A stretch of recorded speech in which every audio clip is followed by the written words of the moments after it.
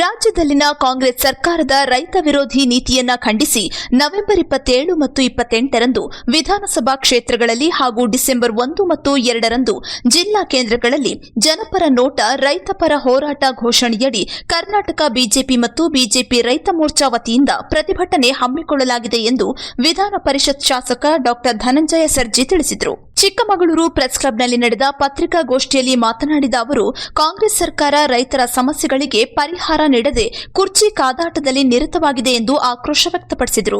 ಪ್ರವಾಹ ಮತ್ತು ಅತಿವೃಷ್ಟಿಯಿಂದ ಬೆಳೆ ನಾಶವಾಗಿದ್ದರೂ ರಾಜ್ಯ ಸರ್ಕಾರ ಇಲ್ಲಿಯವರೆಗೆ ₹1 ಪರಿಹಾರವನ್ನ ಬಿಡುಗಡೆ ಮಾಡಿಲ್ಲ.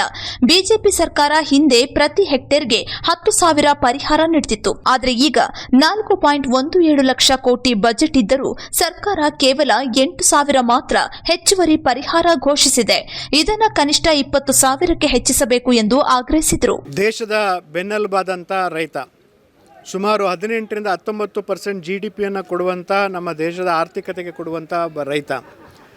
ಆ ನಿಟ್ಟಿನಲ್ಲಿ ಹೆಚ್ಚು ಜನಸಂಖ್ಯೆ ಇರುವಂಥ ರೈತನಿಗೆ ಇವತ್ತು ಆಶಾದಾಯಕವಾಗಿ ನಾವು ಅವರ ಪರವಾಗಿ ನಿಲ್ಲಬೇಕಾದಂಥ ಸರ್ಕಾರ ಇವತ್ತು ಜನಪರವಾಗಿ ರೈತ ಪರವಾಗಿ ಇರ್ತೀನಿ ಅಂತ ಆಶ್ವಾಸನೆಯನ್ನು ಕೊಟ್ಟಂಥ ಕಾಂಗ್ರೆಸ್ ಸರ್ಕಾರ ಇವತ್ತು ಅವರ ನುಡಿದಂತೆ ನಡೆದಿದ್ದೇವೆ ಅಂತ ಹೇಳಿದಂಥ ಕಾಂಗ್ರೆಸ್ ಸರ್ಕಾರದ ವಿರುದ್ಧ ನಮ್ಮ ಹೋರಾಟ ಇದೆ ಭಾರತೀಯ ಜನತಾ ಪಾರ್ಟಿದು.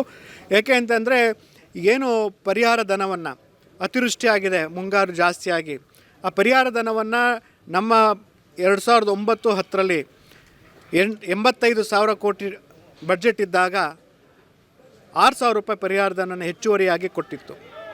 19-20ರಲ್ಲಿ 2,34,000 ಕೋಟಿ ಬಡ್ಜೆಟ್ ಇದ್ದಾಗ ಪರಿಹಾರ ಧನವನ್ನು ₹10,000 ಹೆಕ್ಟೇರಿಗೆ ನಾವು ಕೊಟ್ಟಿದ್ವಿ.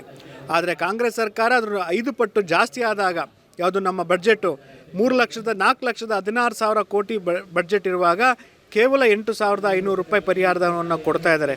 ಇದ್ರ ಬಗ್ಗೆ ನಮ್ಮ ಹೋರಾಟ ಇದೆ. ಆ ಧನವನ್ನು ಅನೌನ್ಸ್ ಮಾಡಿದರೂ ಕೂಡ 2 ತಿಂಗಳಾಯಿತು, ಇನ್ನೂ ಪರಿಹಾರ ಧನವನ್ನು ನಮಗೆ ರೈತರಿಗೆ ಮುಟ್ತಾ ಇಲ್ಲ. ಹಾಲಿನ ಉತ್ಪಾದಕರಿಗೂ ಕೂಡ ಬೆಂಬಲ ಬೆಲೆಯನ್ನು ₹5ರಿಂದ ₹7 ಕೊಡ್ತೀವಿ ಅಂತೇಳಿದರು, ಅದನ್ನು ಅವರ ಇದ್ರ ಪ್ರಕಾರ ಕೊಟ್ಟಿಲ್ಲ. ಅದೇ ನಿಟ್ಟಿನಲ್ಲಿ ಎಲ್ಲ ಕಡೆ ಅನಿಮಲ್ ಮ್ಯಾನ್ ಕಾನ್ಫ್ಲಿಕ್ಟ್ ಆಗ್ತಾಯಿದೆ. ಸುಮಾರು 84 ಸಾವುಗಳು ಆನೆಯ ತುಳಿತದಿಂದ ಒಳಗಾಗಿದ್ದಾರೆ. 85,000 ಪ್ರಕರಣಗಳು ದಾಖಲಾಗಿದೆ. ಅದರಲ್ಲಿ 35,000 ಪ್ರಕರಣಗಳು ಇನ್ನೂ ಕೂಡ ಪರಿಹಾರನ ಕೊಟ್ಟಿಲ್ಲ. 1,50,000 ಕೋಟಿಯನ್ನು 5 ವರ್ಷದಲ್ಲಿ ನೀರಾವರಿ ಯೋಜನೆಗೆ ಕೊಡ್ತೇವೆ ಅಂತ ಹೇಳಿದ್ರಿ, ಅದನ್ನು ಕೊಡ್ತಿಲ್ಲ. ಹಾಗಾಗಿ ನುಡಿದಂತೆ ನಡೆದಿದ್ದೇವೆ ಅಂತ ಹೇಳಿದ್ರಿ. ಯಾವ ರೀತಿ ನೀವು ಜನಪರವಾಗಿ ತಾವುಗಳಿಲ್ಲ. ಆ ನಿಟ್ಟಿನಲ್ಲಿ ನಮ್ಮ ಎಲ್ಲರೂ ಕೂಡಿ ಭಾರತೀಯ ಜನತಾ ಪಾರ್ಟಿಯವರು ಎಲ್ಲ ರೈತರವರೆಗೆ ಕೂಡಿ ಅವರ ಮೇಲೆ ಹೋರಾಟವನ್ನು ನಾವು ಮಾಡೋದು ಡಿಸೈಡ್ ಮಾಡಿದ್ದೇವೆ.